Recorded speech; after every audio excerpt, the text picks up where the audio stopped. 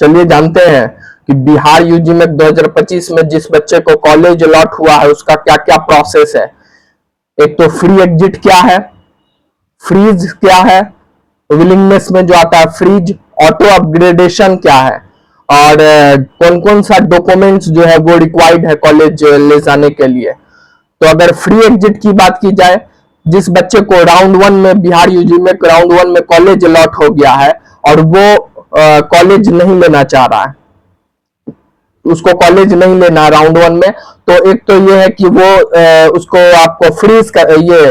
Free exit कर सकता है। फ्री एग्जिट में क्या सिस्टम है, बच्चे को कोई भी आपको डॉक्यूमेंट वेरिफिकेशन कराने कॉलेज नहीं जाना है, जो भी है बिहार में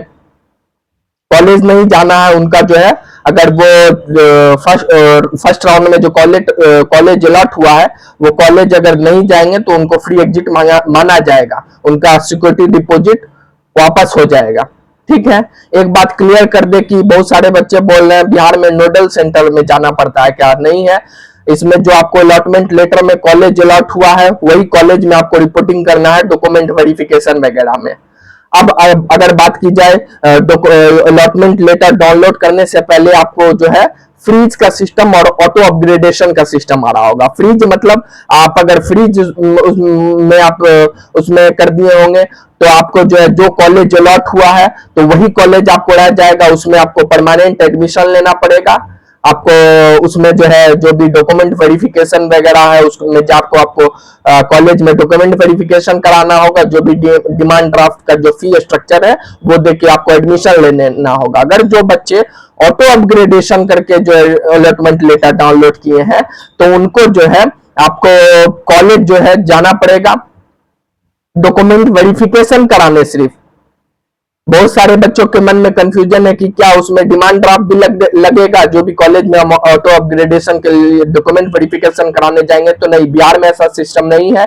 बिहार में कोई भी आपको डिमांड ड्राफ्ट नहीं देना, कोई पैसा नहीं देना है आपको। ऑटो अपग्रेडेशन सिर्फ आपका जो है कॉलेज में वेरिफिकेशन होगा, डॉक्यूमेंट वेरिफिकेशन, जो भी ओरिजिनल डॉक्यूमेंट आपको लेके जाना है। यहाँ तक कि कॉलेज वाले जो है आपका ओरिजिनल जो डॉक्यूमेंट होगा वो भी आपको जो है लौटा देंगे। ये आपको अपग्रेडेशन का वेरिफिकेशन और डॉक्यूमेंट वेरिफिकेशन करके उसमें भी आपको कोई भी पैसा देने की जरूरत नहीं है, कोई आपको ओरिजिनल डॉक्यूमेंट को भी नहीं लिया जाएगा। ये तो बात होगी ऑटो अपग्रेडेशन के लिए।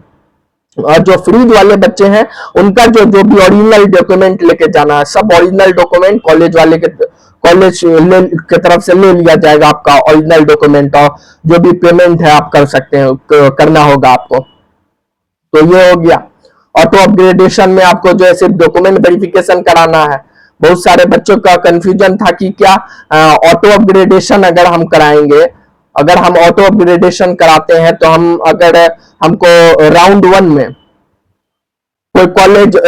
मान लीजिए राउंड 1 में हम ऑटो अपग्रेड कर दिए कोई दूसरे कॉलेज के लिए, राउंड 2 में हमको कोई कॉलेज नहीं मिला, तो क्या वही राउंड 1 वाला कॉलेज मेरे पास मेरे सेफ साइड में रहेगा कि नहीं रहेगा। मान लीजिए आप कोई किसी को सासाराम मिला, किसी को एमजीएम किशनगंज लेना राउंड 2 में, अगर उसको एमजीएम किशनगंज राउंड 2 में नहीं मिलता है तो उसको सासाराम उसके सेफ हैंड में है, उसमें सासाराम में जाके आप फर्दर जो रिपोर्टिंग होगा राउंड 2 का उसमें आप जाके डीडी जमा करके अपना डॉक्यूमेंट जो भी है ले जाके वो आप एडमिशन ले सकते हैं। अगर जिस बच्चे को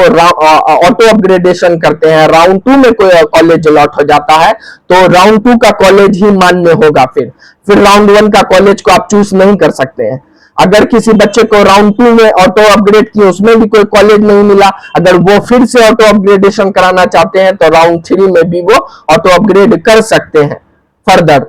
ये नियम है। ठीक है, और राउंड 1 या राउंड 2 में आपको कोई पैसा देने की जरूरत नहीं है, सिर्फ आपको ऑटो अपग्रेडेशन में डॉक्यूमेंट वेरिफिकेशन कराना है। ठीक है, अब बात करते हैं कि कौन कौन सा डॉक्यूमेंट जो है रिक्वायर्ड है कॉलेज में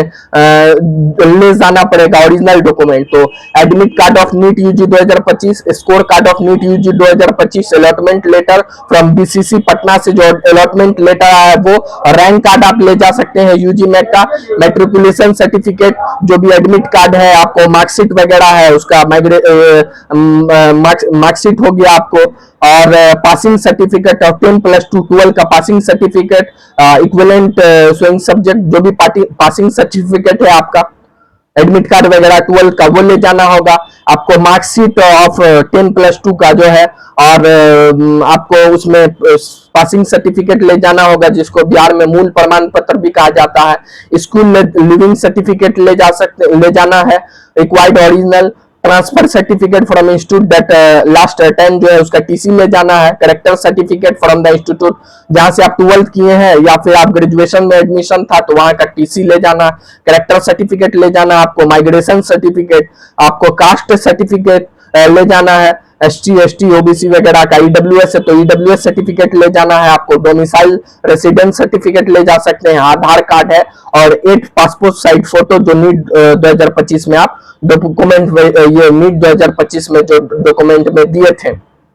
तो ये सब जो है आपको रिक्वायर्ड डॉक्यूमेंट जो है लेके जाना है। सबका आपको जो है ओरिजिनल डॉक्यूमेंट लेके जाना है, और ऊपर से आपको जो है